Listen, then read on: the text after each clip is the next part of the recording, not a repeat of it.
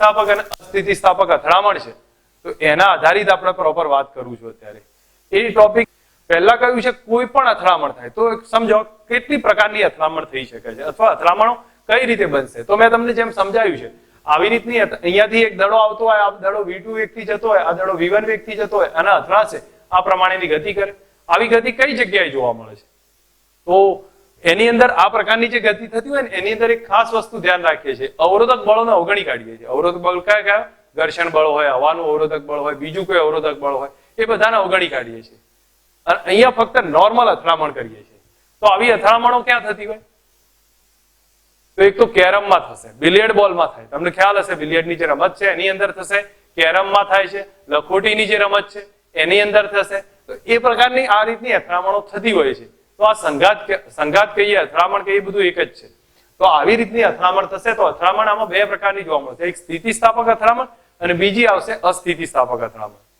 તો હવે આની અંદર જોવા જાવ તો કઈ ટાઈપે આપણે સમજવાનું છે એ પહેલા જ ક્લિયર કરીએ. સ્થિતિસ્થાપક કોને કહેવાય, અસ્થિતિસ્થાપક કોને કહેવાય. પણ એક ધ્યાન રાખવાનું છે, અથડામણ ગમે તે પ્રકારની હોય, કોઈ પણ પ્રકારની હોય, પણ એમાં રેખીય વેગમાન સંરક્ષણનું નિયમનું પાલન થાય છે. આ બહુ મહત્વનો ટોપિક આવ્યો છે અને આપણને યાદ હોવું જોઈએ, કોઈ પણ પ્રકારની અથડામણ થાય, ગમે તે હોય, નાના કણની હોય, મોટા કણની હોય કે ગમે તેની હોય, પણ રેખીય વેગમાન સંરક્ષણના નિયમનું પાલન થાય છે. તો અહીંયા પહેલો જ સેન્ટેન્સ લખ્યું, અથડામણમાં કુલ રેખીય વેગમાન સંરક્ષણનું પાલન થાય જ છે. તો એનો મતલબ આ પહેલો સિમ્પલ ટોપિક આપણને ખ્યાલ આવે. ગતિ ઉર્જાનું, યાંત્રિક ઉર્જાનું એનું થાય કે ના એ થાય, ચોક્કસ કન્ડિશનમાં થશે ને ચોક્કસ કન્ડિશનમાં ના એ થાય. તો એ બધી વસ્તુઓ અલગ થશે, પણ કુલ રેખીય વેગમાનનું તો સંરક્ષણ થશે.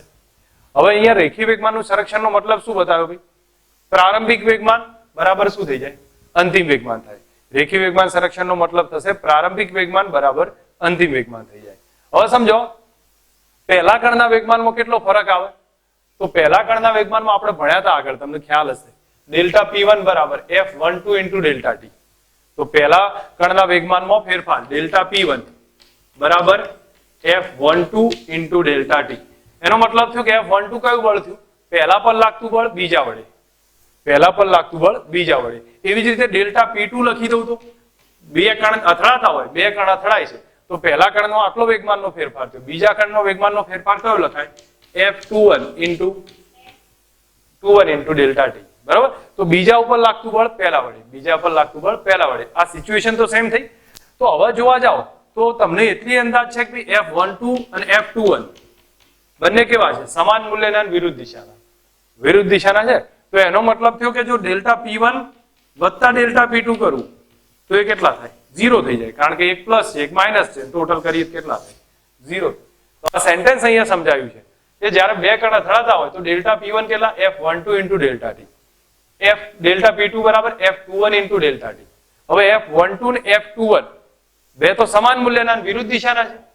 તો એનો મતલબ ડેલ્ટા P1 વત્તા ડેલ્ટા P2 બરાબર કેટલા થાય? 0 થાય. તો આના પરથી બીજી કન્ડિશન કઈ સાબિત થઈ?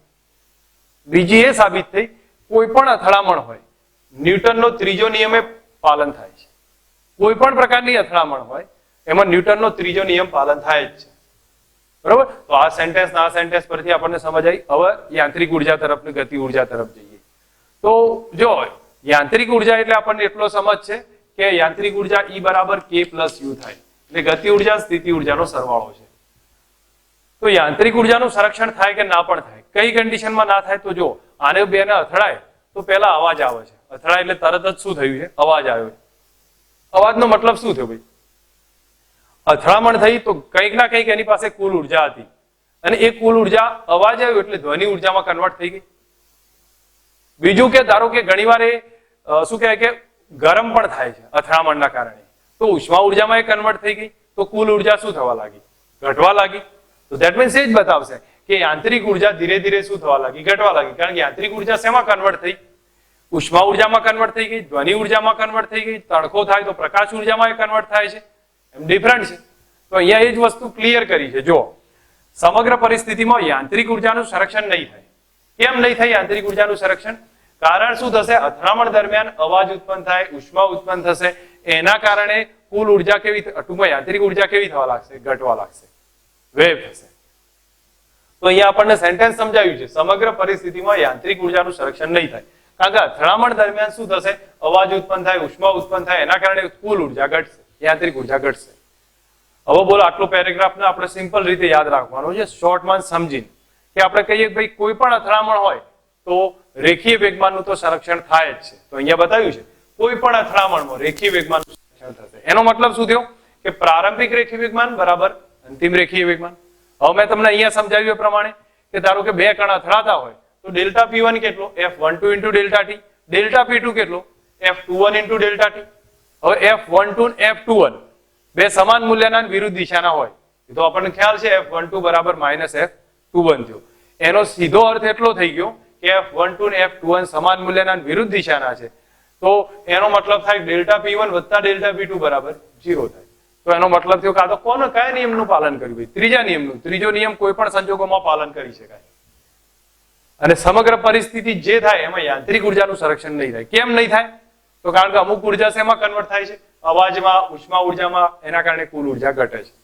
ઓકે, હવે આવશે સ્થિતિસ્થાપક અથડામણ. તો સ્થિતિસ્થાપક અથડામણની એક ખાસિયત છે, ધ્યાન આપો. કોઈ પણ પ્રકારની અથડામણ થશે, કુલ રેખીય વેગમાનનું તો સંરક્ષણ થશે, પણ સ્થિતિસ્થાપકની અથડામણની ખાસિયત છે કે એની અંદર રેખીય વેગમાન ઉપરાંત ગતિ ઉર્જાનું એ સંરક્ષણ થાય. તંત્રની પ્રારંભિક ગતિ ઉર્જા અને અંતિમ ગતિ ઉર્જા કેવી થાય છે? સમાન થશે. તંત્રની પ્રારંભિક ગતિ ઉર્જા અને અંતિમ ગતિ ઉર્જા સમાન થઈ. હવે અહીંયા એક સેન્ટેન્સ લખ્યું છે, એને અહીં કહ્યું છે ગતિ દરમિયાન ગતિ ઉર્જાનું સંરક્ષણ નહીં થાય. એનો મતલબ શું દેખો કે આ બે કણ અથડાશે તો તંત્રની પ્રારંભિક ઉર્જા બરાબર તંત્રની અંતિમ ઉર્જા, પણ વચ્ચે ક્યાંક ઉર્જામાં વધઘટ થતી હોય તો વચ્ચેના સમય દરમિયાન એનું સંરક્ષણ ના પણ થાય, એનું કોઈ આપણો મતલબ નહીં, પણ છેલ્લે અને પ્રારંભમાં એ કેવી હશે? સમાન જ રહેશે. તો અહીંયા આપણે યાદ રાખો, સ્થિતિસ્થાપક સંઘાતની વાત કરીએ છીએ તો તંત્રની સ્થિતિસ્થાપક સંઘાતની પહેલી શરત રેખીય વેગમાનનું તો સંરક્ષણ થવું જ જોઈએ. બીજી શરત કે એની અંદર પ્રારંભિક ગતિ ઉર્જા અને અંતિમ ગતિ ઉર્જા સમાન થશે. એને આપણે સ્થિતિસ્થાપક સંઘાત કહી દીધો છે. અને એમાં જોઈએ તો વચ્ચેના સમય દરમિયાન ગતિ ઉર્જાનું સંરક્ષણ ના પણ થાય, પહેલા થશે પછી થશે, પણ વચ્ચેના સમયગાળા દરમિયાન ના એ થાય. ઓકે, હવે આવે છે અસ્થિતિસ્થાપક સંઘાત. અસ્થિતિસ્થાપક સંઘાતનો મતલબ શું થાય ખબર છે? કે બે પદાર્થ અથડાય ને પછી ચોંટી જાય, એકબીજાને ભેગા થઈ જાય. જેમ કે તમને ખ્યાલ હશે કે અમુક પદાર્થો અથડાયા પછી બે એકબીજાને ભેગા થઈ જાય, ભેગા થયા પછી ગતિ કરે, તો એ અસ્થિતિસ્થાપક સંઘાત થશે. તો એ બતાવ્યું છે બંને પદાર્થ અંતમાં સાથે ગતિ કરે, તો એ સંઘાત કયો થઈ ગયો? અસ્થિતિસ્થાપક સંઘાત થયો. એમાં ગતિ ઉર્જા વ્યય પામે, પ્રારંભિક ને અંતિમ સરખી ના હોય, અંતિમ થોડી ઓછી હોય. તો અસ્થિતિસ્થાપક સંઘાત કોને કહેવામાં આવશે? જ્યારે અંતમાં બંને પદાર્થ કેવા થઈ જાય? ભેગા થઈ જાય, તો એને આપણે અસ્થિતિસ્થાપક સંઘાત કહેવાય છે. હવે અહીંયા લખ્યું નથી પણ હું કહું છું, અંશતઃ સ્થિતિસ્થાપક આવશે. અંશતઃ સ્થિતિસ્થાપકનો મતલબ શું થાય? કે ના પદાર્થની ગતિ ઉર્જાનું સંરક્ષણ થાય છે તો એ સ્થિતિસ્થાપક ના કહેવાય, કે ના પછી બે પદાર્થ ભેગા થાય છે તો અસ્થિતિસ્થાપક ના કહેવાય. તો એવી કન્ડિશન કઈ કહેવાય? અંશતઃ સ્થિતિસ્થાપક કહેવાય. જે મેં અહીંયા લખ્યું નથી પણ આપણને સમજવી જો. ના પદાર્થનું ગતિ ઉર્જાનું સંરક્ષણ થાય તો એ સ્થિતિસ્થાપક ના કહેવાય, કે પછી નહીં ભેગા થતા તો અસ્થિતિસ્થાપક ના કહેવાય, તો અંશતઃ સ્થિતિસ્થાપક કહેવામાં આવશે. ઓકે, આખો ક્વેશ્ચન એકવાર શાંતિ રિવાઇઝ કરું છું. આપણને આવડવો જોઈએ, દરેક પોઈન્ટ સમજ આવી જવી જોઈએ. તો શરૂઆતમાં આપણને શું કહ્યું છે? કુલ રેખીય વેગમાનનું સંરક્ષણ થાય જ છે પહેલા પોઈન્ટમાં, કોઈ પણ અથડામણ થાય ત્યારે. બીજામાં આપણે કહ્યું છે ડેલ્ટા P1 બરાબર F12 delta T, delta P2 બરાબર F21 ડેલ્ટા T, અને બીજું જોયું કે F12 બરાબર minus F12, that means delta P1 plus delta P2 0 થાય. ત્રીજા નિયમનું કોઈ પણ સંજોગોમાં આ પરથી જોઈને કહી શકીએ સંરક્ષણ થાય છે. બીજું એના પછી અહીંયા પોઈન્ટ સમજાવ્યો છે, આખી પરિસ્થિતિ દરમિયાન યાંત્રિક ઉર્જાનું સંરક્ષણ થાય કે ના થાય એ કોઈ મહત્વનું નથી. હવે કેમ નહીં થાય?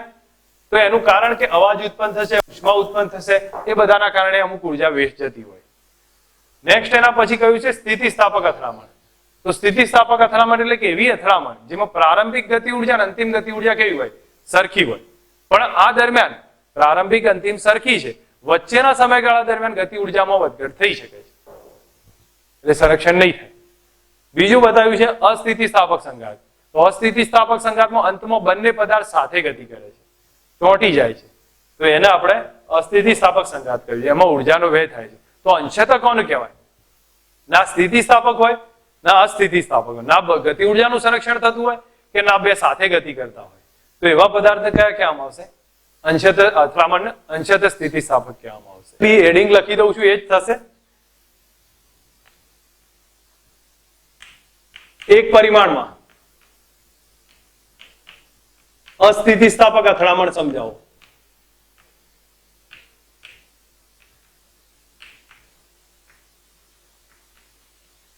ક્વેશ્ચન છે, અહીંયા ધ્યાન રાખે દરેક જણા. એક પરિમાણમાં અસ્થિતિસ્થાપક અથડામણ સમજાવો. હવે અસ્થિતિસ્થાપક અથડામણ હોય તો આપણે દરેક વેગ છે એની માહિતી આપી દઈશું. m1 અને m2 દળના પદાર્થ છે, અહીંયા લખું છું. m1 m2 દળના પદાર્થનો વેગ v1 ઇનિશિયલ v2 ઇનિશિયલ કેટલા છે ભાઈ? m1 નો v1 ઇનિશિયલ, m2 નો કેટલો છે? v2 initial. અથડામણ બાદ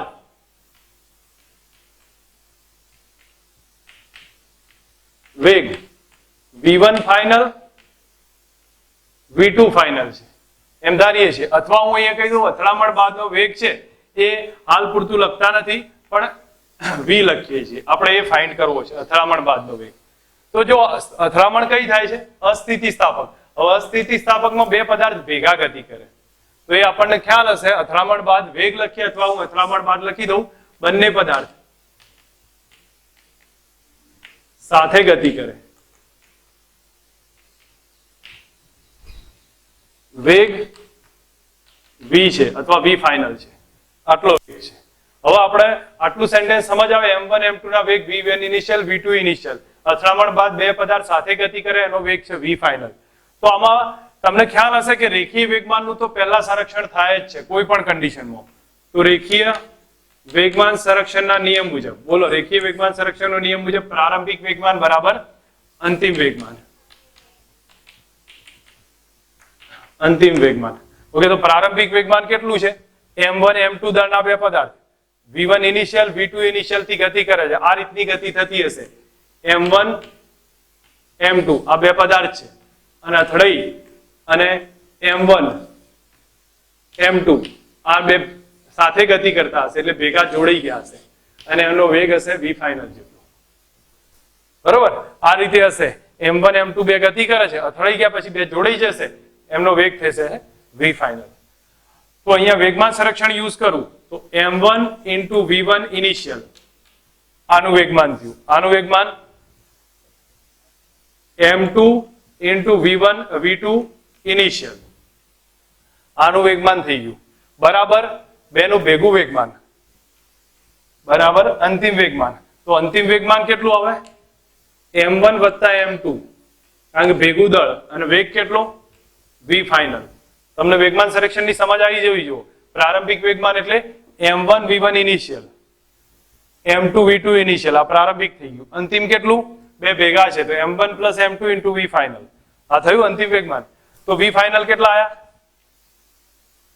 v ફાઇનલ થશે m1 v1 ઇનિશિયલ વત્તા m2 v2 ઇનિશિયલ ભાગ્યા કેટલા થઈ જશે? m1 વત્તા m2. આ થઈ ગયો v ફાઇનલ. m1 વત્તા m2 આ v ફાઇનલ થશે. હવે એક કામ કરી દઈએ છીએ, અહીંયા રિલેશન છે એના ઉપરથી આમને જે સ્ટેપ આપ્યું છે ટેક્સ્ટબુકમાં જે ગણતરી આપી છે એ મુજબ જો જોવા જઈએ તો એમને v2 ને સ્થિર ધાર્યો છે. તો હું તમને એ મુજબ જ કહું છું કારણ કે મેં થોડું પ્રોપર લીધું છે પણ એમને v2 ને સ્થિર ધાર્યું છે.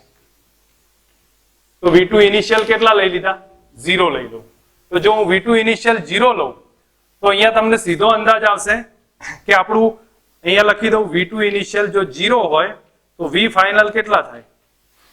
m1 v1 ઇનિશિયલ ભાગ્યા m1 વત્તા m2. આ સ્ટેપ થઈ જાય કારણ કે એમને ટેક્સ્ટબુકમાં એમ લખ્યું છે કે ભાઈ બીજાનો વેગ 0 છે તો બીજાનો વેગ 0 લઈ લો તો કેટલું થયું? આટલું થઈ ગયું. હવે એક કામ કરીએ, ગતિ ઉર્જાનો ફેરફાર લઈએ. જો ગતિ ઉર્જાનો ફેરફાર લેવો હોય તો એક મેથડ સમજીએ. પ્રારંભિક ગતિ ઉર્જા લઈ લો, અંતિમ ગતિ ઉર્જા લઈ લો અને ત્યારબાદ એ બેનો ડિફરન્સ લઈ લો. બોલો પ્રારંભિક ગતિ ઉર્જા k ઇનિશિયલ કેટલી? તો k ઇનિશિયલમાં તો કોણ છે ભાઈ? v1 initial v2 initial. પણ v2 ની તો વેગ કેટલો લીધો મેં? 0 લીધો છે. તો એની ગતિ ઉર્જા કેટલી થઈ? 1/2 m1 v1 ઇનિશિયલ નો સ્ક્વેર થાય. કેટલા થશે? 1/2 m1 v1 ઇનિશિયલ નો સ્ક્વેર. અને ફાઇનલમાં અંતમાં ગતિ ઉર્જા તો 1/2 બે ભેગા થઈ ગયા m1 વત્તા m2 v ફાઇનલ નો સ્ક્વેર થાય. થઈ જશે આટલું. હવે આપણે ડેલ્ટા કે લેવો છે, બેનો ડિફરન્સ. તો ડેલ્ટા કે કેટલો લઉં ભાઈ? કે ફાઇનલ માઇનસ કે ઇનિશિયલ કે ઇનિશિયલ માઇનસ કે ફાઇનલ? ડેલ્ટા કે કેટલો લેવાય? કઈ વધારે છે? કઈ વધારે ઉર્જા કઈ હોય? પહેલા વધારે હોય પછી ઘટે, કારણ કે અથડામણ થાય એટલે ઉર્જા ઘટે જો અસ્થિતિસ્થાપક સંઘાત છે તો. એનો મતલબ પ્રારંભમાં વધારે હશે પછી ઓછી હશે. તો હું શું લખું? કે ઇનિશિયલ માઇનસ કે ફાઇનલ લખીશ, કારણ કે પ્રારંભમાં વધારે હોય એટલે. હવે આમાં કિંમત મૂકીએ તો ડેલ્ટા કે બરાબર 1/2 m1 v1 ઇનિશિયલ નો સ્ક્વેર ઓછા 1/2 m1 વત્તા m2. હવે v ફાઇનલ લખું એનો સ્ક્વેર, એના કરતા શું કરી દઉં છું? આ કિંમત લખી દઉં છું v ફાઇનલ ની. કેટલી છે? તો m1 v1 initial square, m1 v1 initial નો સ્ક્વેર ડિવાઇડેડ બાય સ્ક્વેર એટલે ટોટલ થશે, divided by m1 plus m2 નો સ્ક્વેર, m1 પ્લસ m2 નો હોલ સ્ક્વેર, અને આ બાજુ ઉપરનો હોલ સ્ક્વેર. આટલું થશે. જો સમજાવું છું અહીંયા ધ્યાન આપે. અહીં સેન્ટેન્સ ને સમજો. મેં બીજું કંઈ વધારે નથી કર્યું. 1/2 m1 v1 initial square minus આ સ્ટેપ લખ્યું અને v ફાઇનલ કયા લખી દીધા? આ લખ્યા m1 v1 ઇનિશિયલ સ્ક્વેર અને m1 પ્લસ m2 નો સ્ક્વેર કર્યો છે. હવે આમાંથી કોમન નીકળતું એવું બહાર કાઢીએ તો 1/2 નીકળશે. ડેલ્ટા કે બરાબર જો તમે તો 1/2 નીકળે, m1 નીકળશે, v1 ઇનિશિયલ નો સ્ક્વેર નીકળશે. તો કૌંસમાં શું રહેશે? આ તો આખું પદ નીકળી ગયું તો 1 રહ્યું માઇનસ અહીંયા તમે જોવા જાઓ તો એક m1 રહેશે અને m1 પ્લસ m2 એક નીકળી જાય નીચેથી. તો અહીંયા કેટલા રહ્યા? m1 પ્લસ m2 રહેશે. આ ડેલ્ટા કે મળી ગયો. તો આપણું એક સ્ટેપ થશે. બરોબર. હજી એ લોકોએ કદાચ એમને સાદુરૂપ આપ્યું નથી, બસ આટલામાં અટકાવી દીધું છે. તો આપણે એટલેથી જ રાખીએ છીએ. જો મેથડ પ્રોપર સમજ રાખો, વાસ્તવમાં કઈ નવું કર્યું નથી. મેં તમને સીધા અર્થમાં જેમ સમજાવ્યું એ પ્રમાણે કે m1 m2 ના દળના બે પદાર્થ છે, એમનો વેગ v1 ઇનિશિયલ v2 ઇનિશિયલ છે. અથડામણ બાદ બે v ફાઇનલ થી ગતિ કરે છે. તો રેખીય વેગમાન સંરક્ષણનો નિયમ પ્રારંભિક વેગમાન બરાબર અંતિમ વેગમાન. તો પ્રારંભિક એટલે m1 v1 ઇનિશિયલ સ્ક્વેર વત્તા m2 v2 ઇનિશિયલ સ્ક્વેર બરાબર બે ભેગા થઈ જાય છે.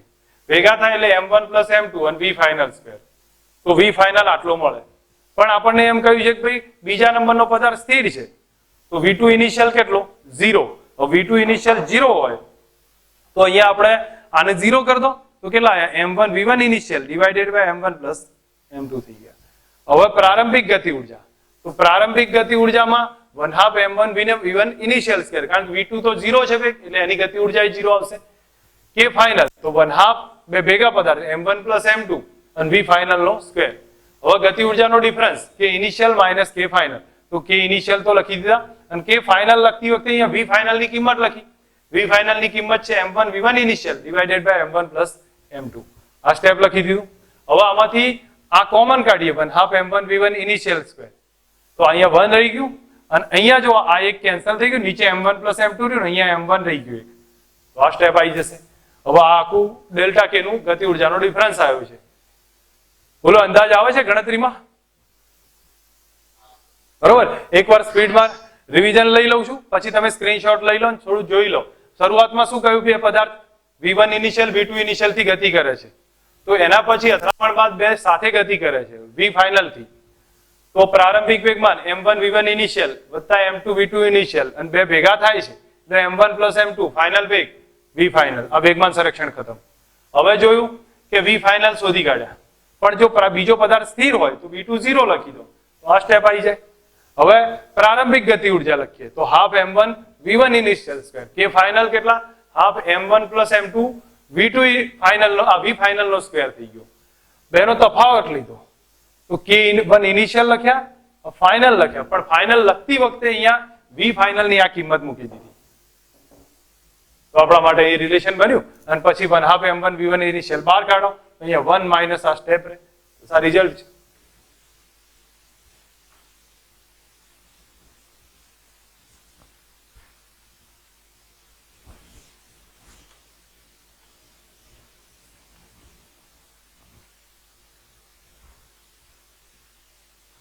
હવેનો પોઈન્ટ છે એક પરિમાણમાં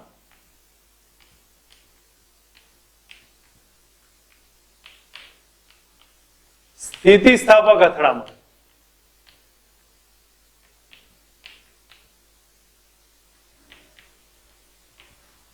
તો સમજો અહીંયા જો સ્થિતિસ્થાપક અથડામણ હોય તો એનો કઈ રીતે ગણવાનું છે એ થોડું ધ્યાન આપીએ. અથડામણ અસ્થિતિસ્થાપક હતી એ આપણે જોઈ હતી, તો એના માટે હું અહીંયા આઈડિયા આપું. જુઓ, M1 દળનો પદાર્થ છે, એનો વેગ છે V1 ઇનિશિયલ.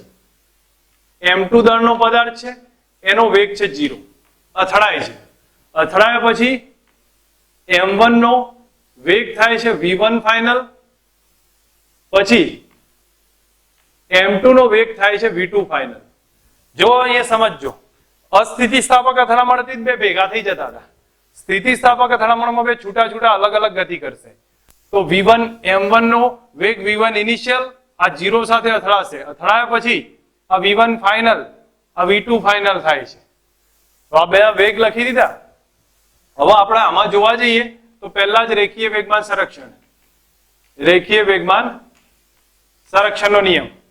તો M1 V1 ઇનિશિયલ આનો વેગમાન 0 થઈ જાય એટલે પ્રારંભિક વેગમાન બરાબર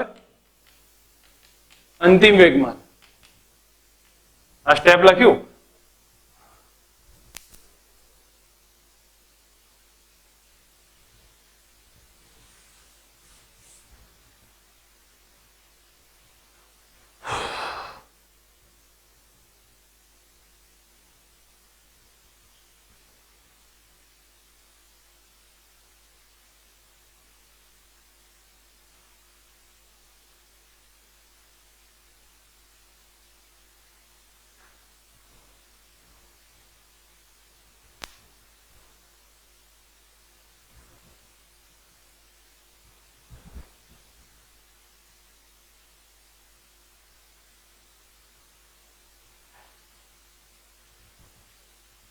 જો હવે પહેલું રેખીય વેગમાન સંરક્ષણ વાપરું છું. રેખીય વેગમાન સંરક્ષણ, એના ઉપર લખીએ પ્રારંભિક વેગમાન બરાબર અંતિમ વેગમાન. પ્રારંભિક વેગમાન થાય M1 V1 ઇનિશિયલ, આ બેનો ગુણાકાર MV, આ તો 0 છે એટલે લખતો નથી. પછી ફાઇનલ M1 અને V1 ફાઇનલ વત્તા M2 અને V2 ફાઇનલ. સમજ રાખો, જો અહીંયા ધ્યાન આવશે કે M1 V1 ઇનિશિયલ બરાબર M1 into V1 final M2 into V2 final. આ સ્ટેપ પ્રારંભિક વેગમાન સંરક્ષણનું આવ્યું. હવે આના પછી હું અહીંયા ગતિ ઉર્જા સંરક્ષણ મેં જગ્યા એટલા માટે રાખું છું કે અહીંયા થોડી મારે ચલો અથવા અહીંયા સ્ટેપ વાઇઝ અહીંયા લખી દઉં છું. હવે ગતિ ઉર્જા સંરક્ષણની વાત કરું.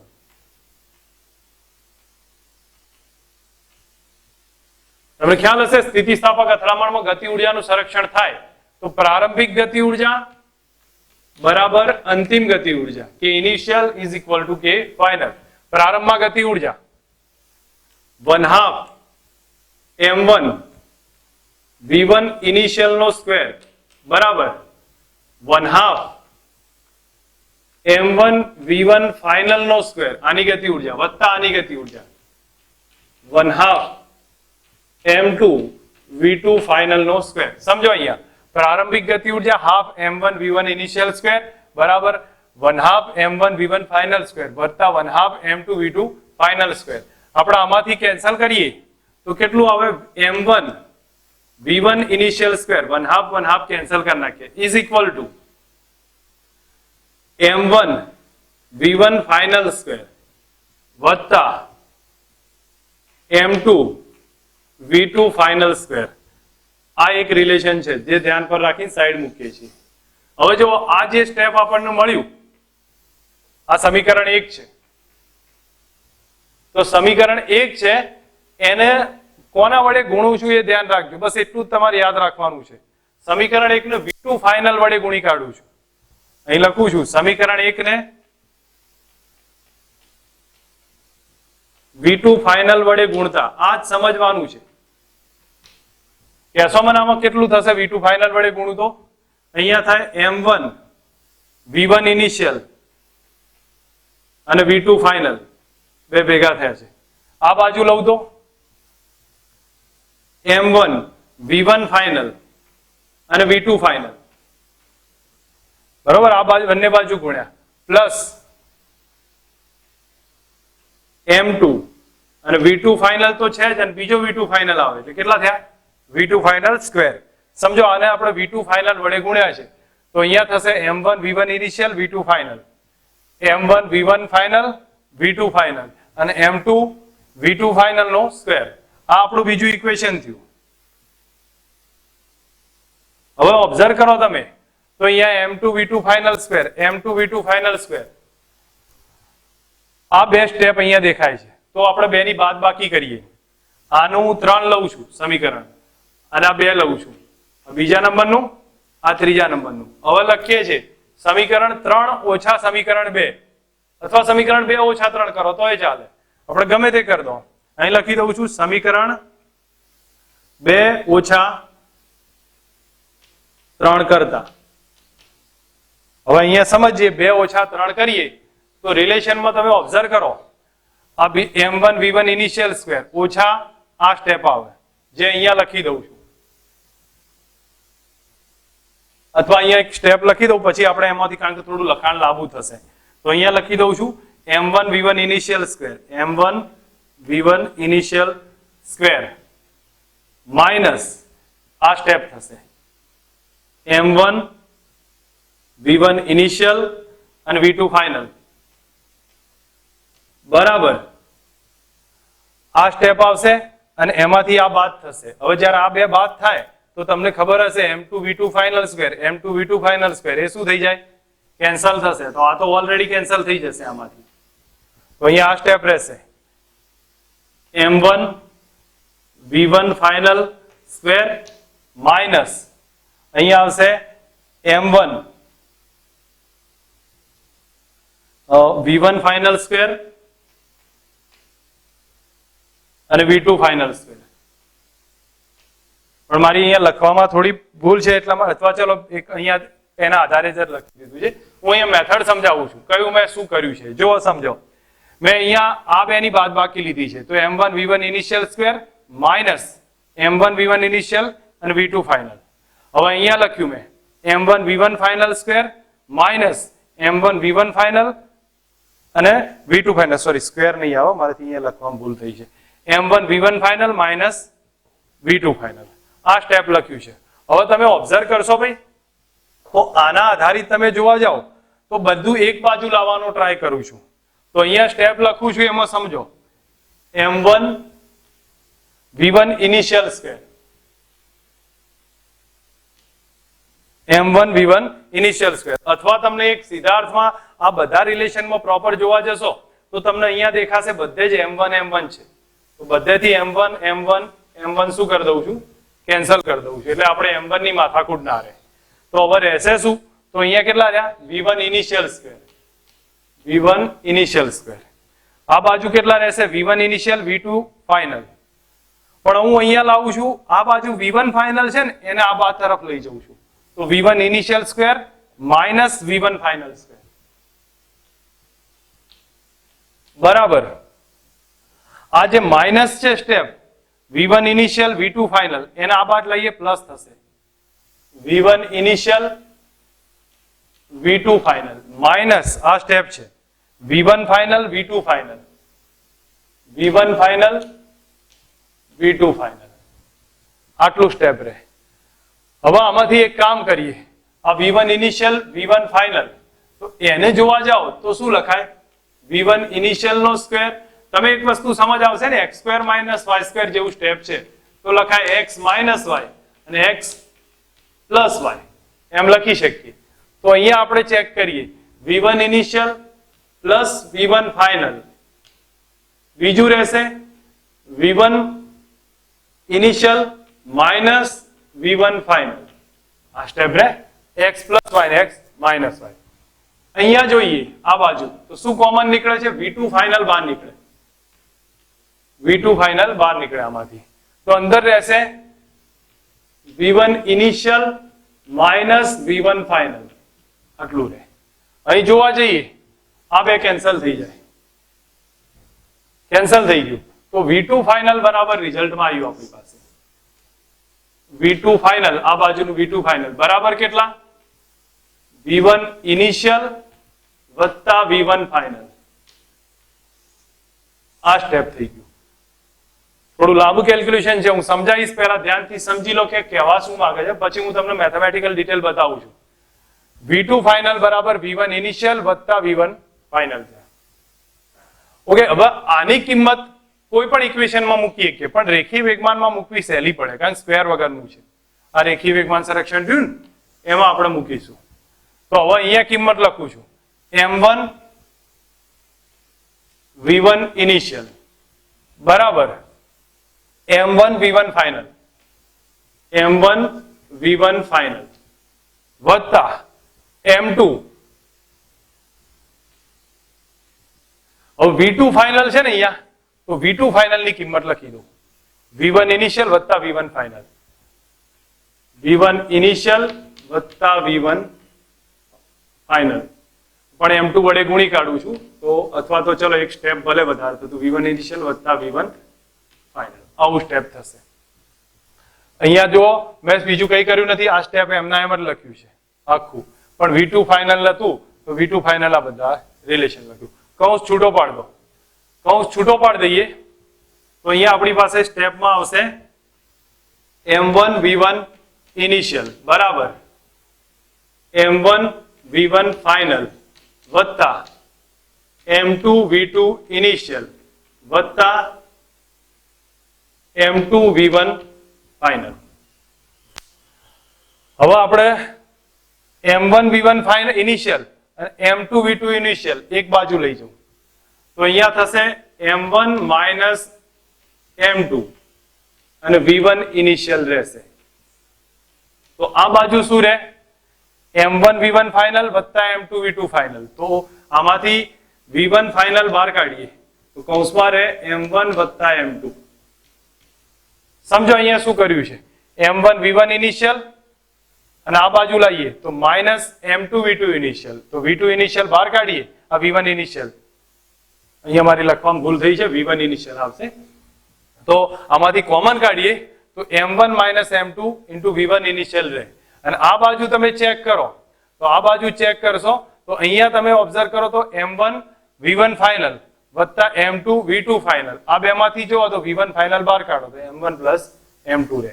તો બોલો તો V1 ફાઇનલ કેટલા થયા? V1 ફાઇનલ બરાબર M1 માઇનસ M2 અને નીચે રહે કૌંસમાં રહેશે બાજુમાં V1 ઇનિશિયલ. V1 ઇનિશિયલ અને નીચે રહે M1 વત્તા M2. આ સ્ટેપ V1 ફાઇનલ થયા. તો V2 ફાઇનલ કઈ રીતે શોધાય? V2 ફાઇનલ આ રીતે શોધાશે, આમાં કિંમત મૂકવાથી. મૂકી દઈએ કિંમત તો V2 ફાઇનલ બરાબર V1 ઇનિશિયલ વત્તા V1 ફાઇનલ. V1 ફાઇનલ આ લખી દઉં તો એ થઈ જશે M1 minus M2 V1 initial ભાગ્યા M1 પ્લસ M2. હું માનું ત્યાં સુધી જો આ રિલેશન છે આમાં તમને ખ્યાલ આવ્યો કે ભાઈ અહીંયા આપણે V1 ફાઇનલ ની કિંમત ક્યાં મૂકી છે? આ સ્ટેપમાં મૂકી દીધી છે. અને પછી આપણે જે ફાઇનલ રિઝલ્ટ આના ઉપરથી ચેક કરીને મેળવવાનું છે એ રિઝલ્ટ આપણે ડાયરેક્ટ બી લખી શકીએ છીએ.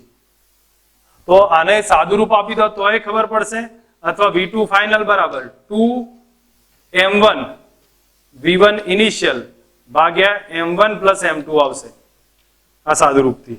પણ આપણે સીધું યાદ રાખવાનું બી આવશે. તમે આનું સાદું રૂપ ક્રોસમાં ગુણાકાર કરશો ને તો M2 M2 નીકળી જશે અને M1 પ્લસ M2 એટલે 2M1 આવી જશે અને અહીંયા V1 ઇનિશિયલ નીચે આવે M1 વત્તા M2. આખી થિયરી લાંબી છે, ટેક્સ્ટબુકમાં તો એ લોકોએ 2 સ્ટેપમાં પૂરી કરીને બતાવી છે. હવે તમે યાદ રાખવી હોય તો આટલી લાંબી થિયરી બનશે. બરોબર છે? તો હું આખી મેથડ સમજાવું છું કઈ રીતે ગણાય છે, અને જો કન્ફ્યુઝન રહે તો આપણે નેક્સ્ટ લેક્ચરમાં બી આ વસ્તુ રિવાઇઝ કરીશું. તો જો અહીંયા શું કહ્યું છે, એક પરિમાણમાં સ્થિતિસ્થાપક અથડામણ છે. તો પહેલા જો m1 છે એનો વેગ v1 ઇનિશિયલ, બીજો છે એ 0 વેગ છે, પછી અથડાય છે. અથડામણ પછી m1 નો વેગ v1 ફાઇનલ, બીજાનો વેગ v2 ફાઇનલ. તો પહેલા રેખીય વેગમાન સંરક્ષણ વાપર્યું. કયું છે રેખીય વેગમાન સંરક્ષણ? m1 v1 ઇનિશિયલ સ્ક્વેર બરાબર m1 v1 ફાઇનલ વત્તા m2 v2 ફાઇનલ. થઈ ગયું રેખીય વેગમાન સંરક્ષણ. ગતિ ઉર્જાનું સંરક્ષણ તો 1/2 m1 v1 ઇનિશિયલ સ્ક્વેર બરાબર 1/2 m1 v1 ફાઇનલ સ્ક્વેર વત્તા 1/2 m2 v2 ફાઇનલ સ્ક્વેર. આ ગતિ ઉર્જાનું સંરક્ષણ 2 2 1/2 કેન્સલ કરી નાખ્યું. આ સ્ટેપ આવ્યું. હવે આપણે અહીંયા જોવા જાઓ તો આના જેવું સ્ટેપ બનાવવું છે. તો v2 ફાઇનલ વડે ગુણી કાઢ્યા. તો અહીંયા શેના વડે ગુણ્યા? અને v2 ફાઇનલ વડે ગુણ્યા. તો કયું થશે? m1 v1i અને v2f. m1 v1i v2f, m1 v1f v2f, m1 v1f v2f અને m2 v2f અને બીજો v2f. તો m2 v2f સ્ક્વેર થઈ જાય. હવે આ બેની બાદ બાકી લઈ લો. તો બાદ બાકી લેશો તો m1 v1 initial square minus m1 v1 initial v2f, m1 v1 અહીંયા લખીએ તો આના આધારે m1 v1 final square minus m1 v1 f અને v2f. આ બેની બાદ બાકી થઈ.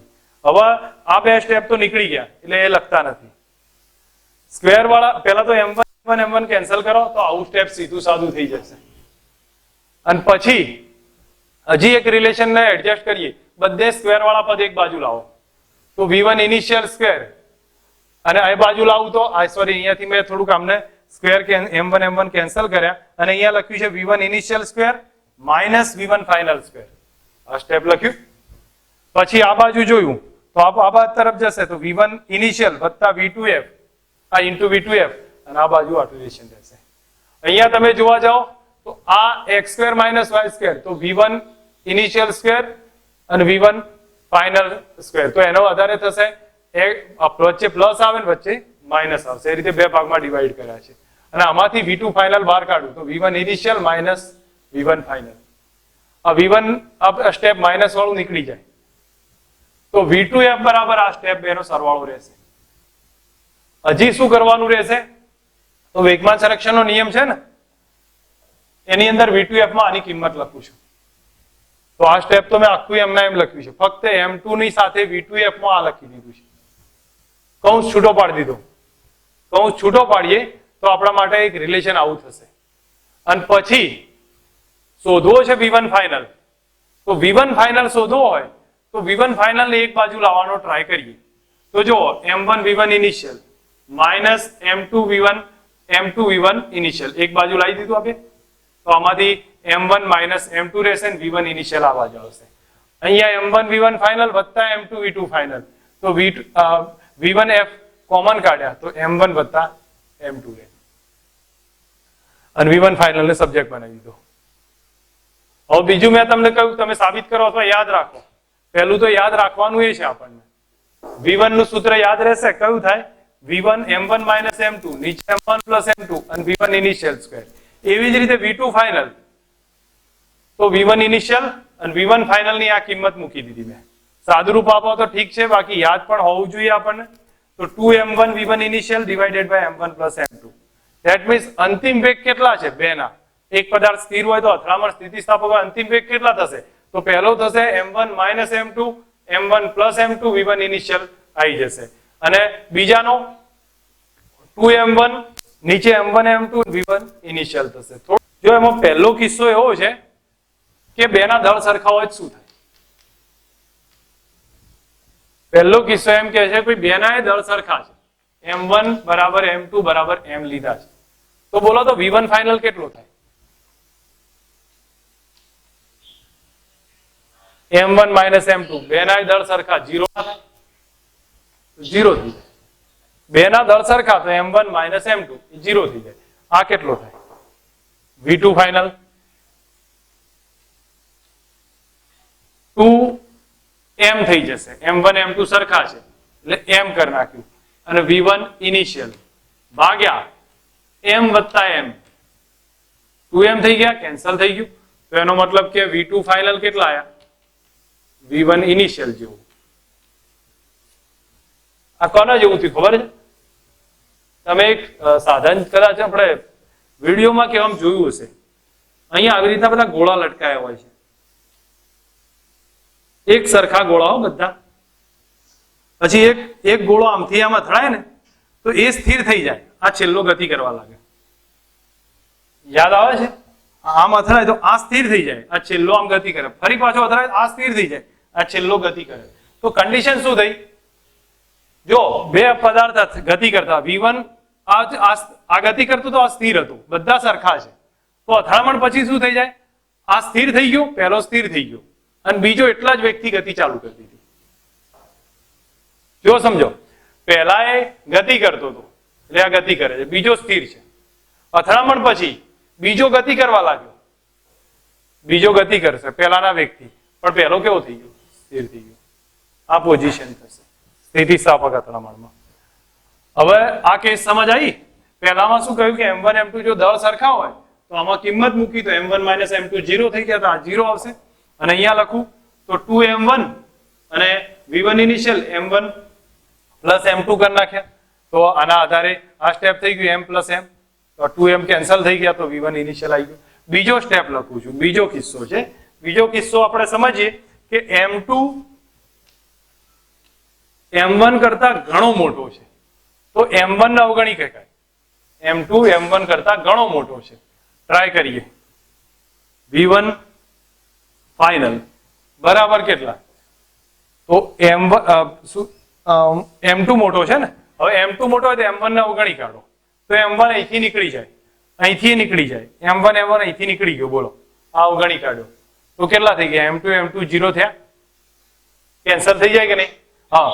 તો -V1F, હું જે ના ખબર પડતી હોય એમના માટે લખું. જો મેં M1 ને અવગણી કાઢ્યો છે તો -M2 અને નીચે M1 ને અવગણી કાઢ્યો તો +M2 અને બાજુમાં રહેશે V1 ઇનિશિયલ. તો આ તો કેન્સલ થઈ ગયા, તો કેટલા આયા? -V1 initial. આ સ્ટેપ બરોબર. અને M2F બરાબર કેટલા? 2M1 V1 ઇનિશિયલ અને M1 પ્લસ M2. પણ તમને ખબર છે કે M1 ઘણો નાનો છે, ઘણો નાનો છે એટલે 0 ની નજીક છે. તો M1 જ 0 હોય તો સોરી V2F કેટલો થાય? 0 થાય. બરોબર. એનો અર્થ શું થયો ખબર પડે છે તમને? એનો અર્થ એ તો હશે કે એક બહુ મોટો ભારે પથ્થર છે, એ સ્થિર પડ્યો છે, નાનો પદાર્થ છે, એ આને અથડાય તો અથડાયા પછી નાનો પદાર્થ છે ને પાછો એટલા ને એટલા વેગથી ફેંકાશે, પણ મોટો કેવો રહેશે? સ્થિર જ રહે.